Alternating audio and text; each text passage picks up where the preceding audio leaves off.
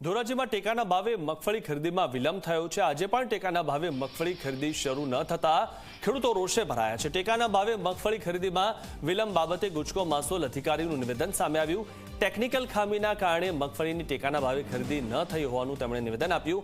Online ID password ન આવ્યા હોવાને કારણે ખરીદી શરૂ ન થઈ હોવાનું અધિકારીનું નિવેદન સામે આવ્યું છે।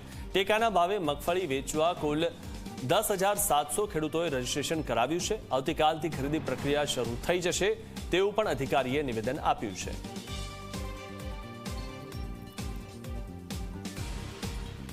સરકાર 9 તારીખથી ચાલુ કરવાની હતી મગફળીના ટેકાના ભાવની, તો હજી ચાલુ થઈ નથી, તો તાત્કાલિક ચાલુ કરાવે।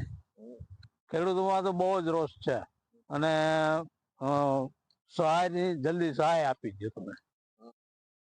2 દિવસ ખરીદી મોડી શરૂ થવા, એમાં કાલે રવિવાર હતો એટલે આઈડી પાસવર્ડ અમને ત્યાંથી અમારા કોમ્પ્યુટરમાં ખુલતો નહોતો અને આજે એ આઈડી પાસવર્ડ ખુલે એના પછી QR કોડ આવે એટલે QR કોડ આજે ગુજકો માસોલ અમને આપો એના પછી અમે મેસેજ કરી શકીએ, એના પહેલા મેસેજ કરી શકતા નથી એટલે મેસેજ નહીં કરી શકવાના કારણે અમે આ 2 દિવસ ખરીદી અમારી બંધ રહી છે।